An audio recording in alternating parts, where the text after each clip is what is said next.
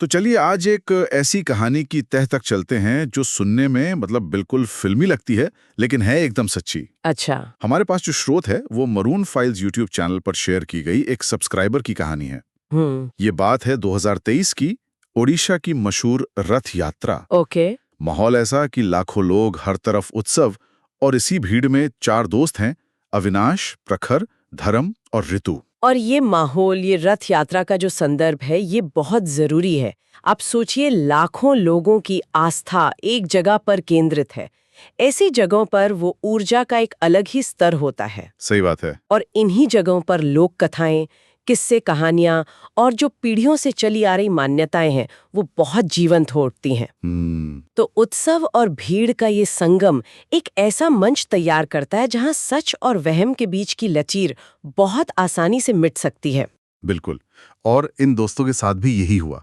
उनकी एक रात घूमने फिरने की जो आम सी योजना थी, वो कैसे एक ऐसी खौफनाक और दुखद हकीकत में बदल गई जिसने 3 जानें ले ली। आज हम इसी की पड़ताल करेंगे। तो शुरू करते हैं उस रात से।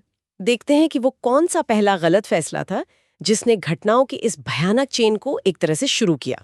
तो कहानी शुरू होती है रात के करीब 12 बजे।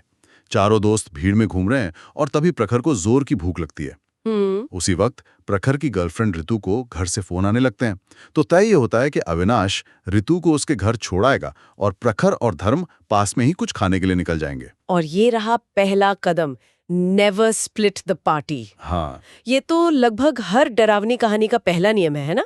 एक छोटा सा, बिल्कुल सामान्य सा फैसला, लेकिन यहीं से वो एक दूसरे की सुरक्षा से अलग हो गए। हाँ, और उनके दोबारा मिलने की जगह भी तय होती है।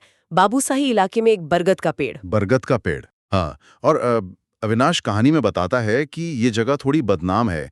एक तो वहाँ पास में विश्व नाम का एक लड़का रहता है जिसे लोग मानसिक रूप से अस्थिर समझते हैं। अच्छा। और दूसरा, उस पेड़ के आसपास नशे का अवैध कारोबार भी चलता है। जगह पहले से ही थोड़ी ठीक नहीं है। बरगद का पेड़, ये तो अपने आप में एक किरदार है हमारी कहानियों में। हाँ, लेकिन ऐसा क्यों है? पीपल भी है, नीम भी है, बरगद में ऐसा क्या खास है कि वो हमेशा भूतों का अड्डा बन जाता है? इसकी जड़ें हैं शाब्दिक रूप से भी और लाक्षणिक रूप से भी।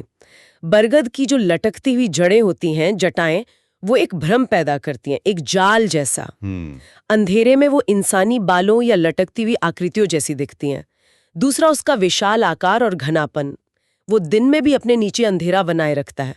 तो ये स्वाभाविक रूप से एक रहस्यमयी जगह बन जाता है। सही बात है। हमारी लोक कथाओं ने बस इसे पकड़ लिया और ये पीढ़ी दर पीढ़ी भूतों प्रेतों का, क्या कहते हैं, स्थायी पता बन गया। ठीक है, तो अविनाश ऋतु को घर छोड़कर उसी बदनाम बरगद की पेड़ की ओर लौट रहा है। अकेला। हाँ, अकेला। उसका रास्ता बेलगड़िया पैलेस के पास एक जंगली इलाके और एक मुस्लिम कब्रिस्तान से होकर गुजरता है। उसे जंगल से पत्तों के खड़कने और अजीब हरकत की आवाजें आती हैं। जाहिर है वो डर जाता है। ये डर का एक परफेक्ट कॉकटेल है। अंधेरा, अकेलापन, अनजानी जगह और फिर अनजानी आवाजें। हमारा दिमाग कंट्रोल खोने से सबसे ज्यादा डरता है। और कंट्रोल तो गया ही। बरगद के पेड़ से कोई 2 किलोमीटर पहले उसकी मोटरसाइकिल अचानक बंद हो जाती है, स्टार्ट ही नहीं होती। अरे बाप रे! और उसी पल अविनाश को महसूस होता है कि माहौल एकदम से ठंडा हो गया है। जून जुलाई की गर्मी में अचानक ठंड। अब उसका डर सिर्फ डर नहीं, खौफ में बदल जाता है। बिल्कुल। जब तर्क काम करना बंद कर देता है तो इंसान का दिमाग तुरंत दूसरे सहारे ढूंढता है। वही हुआ। अविनाश एक ब्राह्मण परिवार से है। उसे चंडी पाठ का ज्ञान है, तो वो डर के मारे मंत्रों का जाप करना शुरू कर देता है। और तभी उसका फोन बजता है, धर्म का फोन। अविनाश को थोड़ी राहत मिलती है, लेकिन धर्म जो कहता है उससे उसका दिल बैठ जाता है। क्या? धर्म कहता है, यार मुझे एक जरूरी काम आ गया है, मैं घर निकल रहा हूँ। प्रखर पेड़ के नीचे अकेला इंतजार कर रहा है, तू उसे ले जाना। तो अब धर्म भी चला गया। अविनाश अब और भी ज्यादा अकेला और जिम्मेदार महसूस कर रहा होगा। बहुत ज्यादा। और इससे पहले कि अविनाश उसे अपनी खराब बाइक के बारे में बताता, धर्म फोन काट देता है। और उसके ठीक बाद अविनाश के फोन की सिग्नल पूरी तरह गायब। ओहो। नेटवर्क चला गया। अब वो पूरी तरह से कट चुका है, अकेला, सुनसान सड़क पर, खराब बाइक के साथ, और उसका दोस्त एक बदनाम जगह पर उसका इंतजार कर रहा है। ये पूरी तरह से एक जाल में फंस जाने वाली स्थिति है। कोई मदद नहीं, कोई संपर्क नहीं। तो अविनाश हिम्मत करके बाइक को घसीटना शुरू करता है। करीब 1 किलोमीटर घसीटने के बाद वो बुरी तरह थक जाता है और सड़क किनारे रुक जाता है। तभी उसकी नजर सड़क के दूसरी तरफ एक बेंच पर पड़ती है। सफेद साड़ी पहने एक लड़की चुपचाप बैठी है। आ गई सफेद साड़ी वाली औरत। ये सिर्फ एक डरावना किरदार नहीं है, ये हमारे समाज के एक गहरे दुख से जुड़ा प्रतीक है। विधवाओं की स्थिति, अकेलापन, सामाजिक बहिष्कार। अच्छा। सफेद रंग यहाँ पवित्रता का नहीं बल्कि शोक और त्याग का प्रतीक बन जाता है। ये सिर्फ एक भूत नहीं है, ये एक भूली बिसरी दुखियारी आत्मा का प्रतीक है। शायद यही चीज इसे इतना भयावह बनाती है। अविनाश उसे देखकर बुरी तरह डर जाता है। कुछ सेकंड बाद वो लड़की उठती है और उसी बरगद के पेड़ की दिशा में धीरे धीरे चलने लगती है। ओहो। अविनाश की हालत खराब है, लेकिन उसे प्रखर की चिंता है। वो दोस्ती के नाते फिर से अपनी बाइक घसीटते हुए आगे बढ़ता है। और अब जो हुआ वो सुनकर मेरे भी रोंगटे खड़े हो गए। क्या हुआ? जैसे ही अविनाश उस टिमटिमाती हुई स्ट्रीट लाइट के नीचे से गुजरता है, वो कुछ अजीब नोटिस करता है। वो देखता है कि सड़क पर बेंच की परछाई तो साफ दिख रही है, लेकिन उसकी अपनी और उसकी मोटरसाइकिल की कोई परछाई नहीं बन रही, कुछ भी नहीं। ये तो बहुत ही ज्यादा परेशान करने वाली बात है। मतलब अपनी परछाई का ना दिखना, इसका क्या मतलब हो सकता है? देखिए, ये सिर्फ एक डरावना विजुअल नहीं है। हमारी परछाई हमारे अस्तित्व का सबूत है, हमारी पहचान है। लोक कथाओं में परछाई का गायब होना मतलब तुम अब वो नहीं रहे जो तुम थे, बाप रे। या तुम्हारा वजूद ही खतरे में है। ये एक तरह से आत्मा पर हमला है।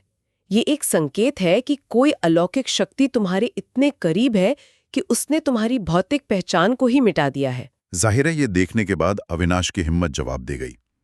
वो बाइक वहीं सड़क पर फेंकता है और पेड़ की तरफ भागता है। डर के मारे? हाँ, और पेड़ तक पहुंचने से ठीक पहले उसे वही लड़का विश्व मिलता है।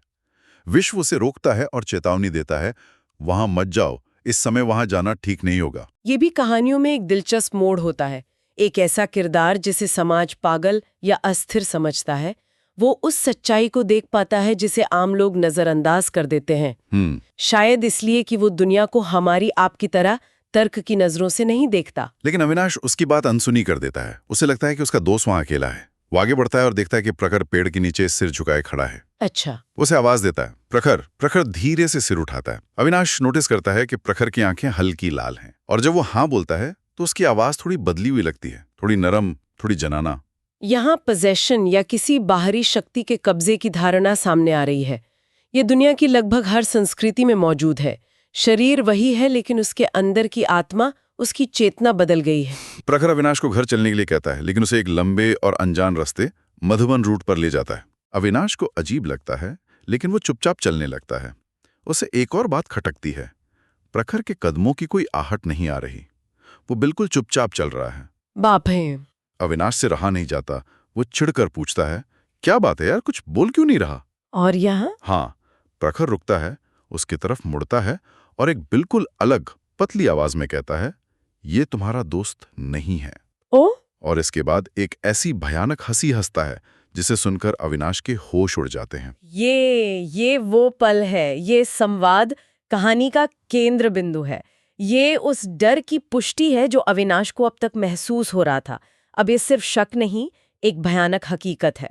इसके बाद प्रखर पास के शमशान की ओर भागने लगता है। अविनाश चाहता तो वहां से भाग सकता था,